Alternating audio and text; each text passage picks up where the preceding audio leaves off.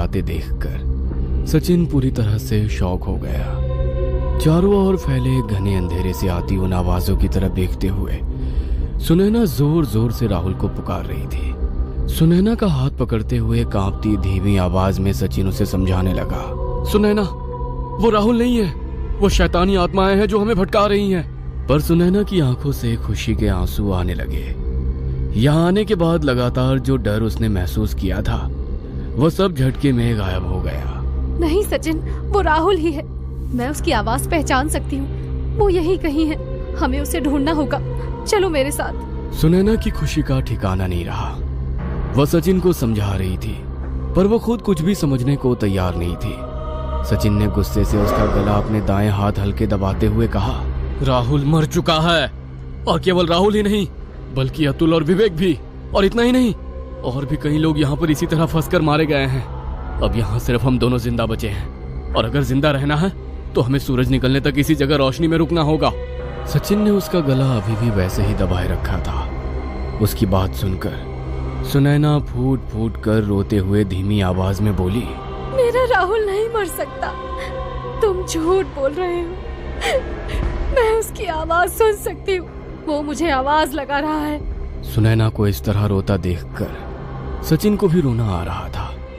खुद पर काबू रखते हुए कांपती हुई आवाज में वो समझाने लगा, सुनैना, यही सच है, सब मर चुके हैं। बोलते हुए उसने सुनैना का गला छोड़ा और जमीन पर रखी वो किताब उठाकर उसके पन्ने पलटने लगा। कुछ पन्ने पलटकर उसने एक पन्ना दिखाया जिस पर अलमारी के सामने खड़े एक डरे सहमे इंसान की आकृति थी। उस चित्र को देखते हुए सचिन ने कहा, जिस भी इंसान को वो आत्मा इस जगह मार देती है उसका चित्र इस किताब में बन जाता है। अतुल इसी अलमारी से गायब हुआ था। उसने अगला पन्ना पलटा और एक दरवाजे के पास खड़े खून से लथपथ इंसान का चित्र था। चित्र में उस इंसान के माथे पर गहरा घाव बना था और चेहरे पर डर साफ साफ नजर आ रहा था। सुनैना ने पहचान लिया, वो विवेक था जो इसी तरह एक कमरे के बाहर दरवाजे के पास खड़ा था और झट से किसी ने उसे कमरे के अंदर खींच लिया और वो दरवाजा बंद हो गया। एक और पन्ना पलटा और सुनैना वो चित्र देखकर दंग रह गई। एक जमीन पर पड़े इंसान का चित्र था। वह बिल्कुल राहुल की तरह दिख रहा था। उसके पास कोई मांस खाने वाले, रेंगने वाले कीड़े दिखाई दे रहे थे। मतलब किसी कमरे में राहुल की लाश सड़ रही थी। उसकी तरफ देखते हुए सचिन बोला, अब तक जिन लोगों की जान इस कमरे में गई है उनके हाथ से बनाए चित्र इस किताब में बन जाते हैं। राहुल जिंदा नहीं, ये बात सुनैना बर्दाश्त नहीं कर पा रही थी। हमें उस इंस्पेक्टर की बात मान लेनी चाहिए थी। हमें ऐसी जगह नहीं आना चाहिए था जिसके बारे में हमें सच में कुछ भी पता ना हो। अगर हम राहुल को ढूंढने की गलती ना करते तो विवेक और राहुल आज जिंदा होते। मेरी वजह से उन बेचारों की जान गई है और अब हम खुद भी बुरी तरह फंस चुके हैं। वो आगे कुछ बोलता तभी एक अजीब सी आवाज दोनों ने साफ साफ सुनी, मानो जैसे कोई उनकी तरफ धीरे धीरे रेंगता घसीटता हुआ आ रहा हो। सुनैना डर के मारे सचिन की तरफ देखने लगी। दोनों भी डर भरी निगाहों से अपने चारों ओर देखने लगे। 3-4 मोमबत्तियों की हल्की रोशनी उस जगह फैली हुई थी जिससे सब कुछ धुंधला नजर आ रहा था। सुनैना ने हिम्मत जुटाकर सचिन से कहा, सचिन, हमें ज्यादा मोमबत्तियां जलानी होंगी और हो सके तो वो सामने पड़ी लकड़ियों में आग लगाकर जितना ज्यादा हो सके उजाला करना होगा। सुनैना की हिम्मत देखकर सचिन की भी हिम्मत आ गई। दोनों पूरे हॉल में कई मोमबत्तियां जलाकर रखने लगे। देखते ही देखते उन्होंने 20 से 25 मोमबत्तियां हॉल के भीतर जलाकर रख दी। अब पूरे हॉल में मोमबत्तियों की पीली रोशनी से काफी उजाला हो गया था। दोनों अब हॉल के बीचों बीच रखी उन लकड़ियों को जलाने के लिए कागज के टुकड़े जमा करने लगे। चारों ओर एक गहरा सन्नाटा फैला था। अब वो सारी अजीब अजीब आवाजें आनी बंद हो गई। सचिन ने कुछ कागज के टुकड़े इकट्ठे किए और जमा की हुई लकड़ियों के पास गया। एक जली हुई मोमबत्ती से वो कागज जलाने की कोशिश करने लगा। सुनैना दीवार के सहारे बेबस बैठी सचिन की हरकतों को चुपचाप देख रही थी। अब उन्हें वक्त का कोई अंदाजा नहीं था। ना उनका मोबाइल चल रहा था, ना उनके कपड़ों पर लगे कैमरा। शायद इस जगह इलेक्ट्रॉनिक डिवाइस कुछ देर काम करना बंद कर देते हैं। अब उन्हें किसी भी कीमत पर इसी जगह रुककर सूरज निकलने का इंतजार करना था। पर वक्त मानो कछुए की तरह धीरे धीरे आगे बढ़ रहा था। सचिन ने मोमबत्ती से कागज जलाया और लकड़ियों के बीच अंदर सरकाने लगा कि तभी सामने वाली सीढ़ियों से कुछ अजीब सी आवाज आने लगी। डर के मारे सुनैना ने सीढ़ियों की तरफ देखा और धीरे से आवाज दी, सचिन। उसने सुनैना की तरफ देखा।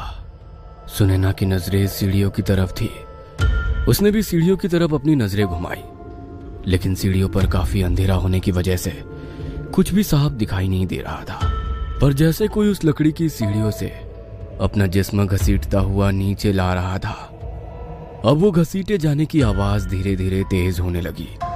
दीवार से चिपके हुए जमीन पर बैठी सुनैना ने डर के मारे अपना पूरा जिस्म समेट लिया। तभी हवा के हल्के झोंके से हॉल के अंदर जलने वाली मोमबत्तियों की ज्योति एकदम से फड़फड़ाने लगी। सुनैना की डरी सहमी नजरें मोमबत्तियों की फड़फड़ाती रोशनी गौर से देख रही थी कि तभी वो आवाज मरने से पहले विवेक की दर्द से कराहने की आवाज। विवेक की वो आवाज सुनकर कुछ देर पहले का खौफनाक दृश्य सुनैना की नजरों के सामने जैसे तैरने लगा कि कैसे अंधेरे में खड़ी उस औरत की धुंधली सी परछाई ने विवेक को अपनी गाड़ी के फंदे से खींच लिया था। फिर वो हड्डियों के टूटने से विवेक की कराहती आवाज। सुनैना ने रोते डर के मारे अपनी आंखें बंद कर ली। रोने की आवाज ना निकले इसलिए अपने मुंह को हाथों से दबा लिया। सीढ़ियों से आने वाली वो परछाई और साथ ही कराने वाली आवाज सुनकर सचिन की भी आंखों में खौफ भरा था। सुनैना, अपने डर पर काबू रखो। सचिन की बात सुनकर सुनैना ने रोते हुए हाँ में गर्दन हिलाई और अगले ही पल सब कुछ शांत हो गया था। वो घसीटने की, दर्द से कराने की आवाज बंद हो गई थी। मोमबत्तियों की लौ फिर शांत होकर जलती दिख रही थी। सब कुछ दोबारा से शांत हो गया। अब आवाज थी तो सुनैना के सिसकियों की। सचिन ने उसे शांत किया। सब कुछ जैसे सामान्य हो गया था। सुनैना ने अपना मोबाइल देखा पर वो कब का बंद हो गया था। अब उन्हें वक्त की कोई जानकारी नहीं थी। अभी कितना रात बाकी है, सुबह कब होगी, कुछ पता नहीं चल रहा था। वो उसी खौफनाक नजरों से चारों ओर देखने लगी। तभी उसे सामने कुछ ही दूरी पर वो दरवाजा दिखाई दिया। दरवाजा देखते ही सुनैना के डरे हुए दिल को थोड़ी राहत मिली। सचिन की ओर देखते हुए धीमी आवाज में उसने कहा, सचिन, वो सामने दरवाजा है, चलो यहाँ से भाग निकलते हैं। सुनैना की डरी सहमी आवाज सुनकर सचिन ने दरवाजे की तरफ देखा। कहाँ है? सुनैना ने दोबारा उस जगह देखा तो वहां सिर्फ दीवार नजर आ रही थी। वो हैरान हो गई। सुनैना, हम इस छलावे के जाल में फंस चुके हैं। मतलब एक ऐसी आत्मा जो हमारे दिमाग पर कब्जा कर लेती है। हमें लग रहा है कि हम बंगले के हॉल में हैं, पर असल में हम कहाँ हैं ये हमें सुबह होने तक पता नहीं चलेगा। छलावा मतलब हम क्या देख रहे हैं, क्या खा रहे हैं, क्या सूंघ रहे हैं, ये हमारे बस में नहीं होता। हम सड़ी हुई लाशों के ढेर पर भी बैठे होंगे तो हमें बदबू नहीं आएगी। ये मौत का खेल तब तक चलेगा जब तक ये आत्मा चाहेगी। सचिन की बातें सुनकर सुनैना का दिल ही बैठ गया। बेबस होकर दोबारा फूट फूट कर रोने लगी, पर सचिन उसे हिम्मत दे रहा था। सुनैना, डरो मत, हमें साथ रहना होगा। उसने रोते हुए ही हाँ में गर्दन हिलाई। तभी वो हड्डियां टूटने की आवाज आने लगी। साथ ही किसी औरत के खिलखिलाकर हंसने की आवाज दूर कहीं अंधेरे से सुनाई देने लगी।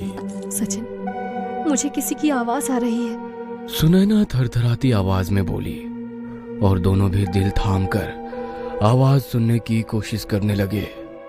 पर एक डरावना सन्नाटा पूरे घर में फैला हुआ था और दूसरे ही पल उस बंगले के सभी दरवाजे पर जोर जोर से दस्तक होने लगी। हर दरवाजा कोई अंदर से इस तरह से पीट रहा था कि वो दरवाजा तोड़कर बाहर आना चाहता हो। अचानक से आने वाली इन बेहद खौफनाक और कानों के पर्दे फाड़ने वाली आवाजों की वजह से डर के मारे सुनैना का बुरा हाल था। सचिन, प्लीज मेरा गला घोट कर मुझे जान से मार दो। मैं ये सब बर्दाश्त नहीं कर सकती। मैं तुम्हारे आगे हाथ जोड़ती हूँ सचिन, प्लीज मुझे जान से मार दो। प्लीज प्लीज मुझे मार दो। बोलते हुए वो फूट फूट कर रोने लगी। उसकी बात सुनकर सचिन खुद उसी की तरह बेबस महसूस कर रहा था। चारों ओर से दरवाजे पर होने वाली दस्तक की आवाज से दोनों का दिमाग मानो फट रहा था। लग रहा था जैसे कोई भारी भरकम हथौड़े से उनके सर पर लगातार वार कर रहा हो, और उस वजह से कुछ ही देर में उनका दिमाग किसी पके हुए हरे खरबूजे की तरह फटकर चिथड़े चिथड़े हो जाएगा।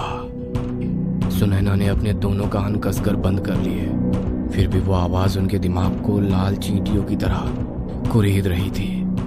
अब वो मंजर उसकी बर्दाश्त के बाहर हो गया। उसके अंदर की ताकत, बर्दाश्त करने की सीमा खत्म हो गई। अपने शरीर में जितनी ताकत थी उतनी सारी ताकत लगाकर सुनैना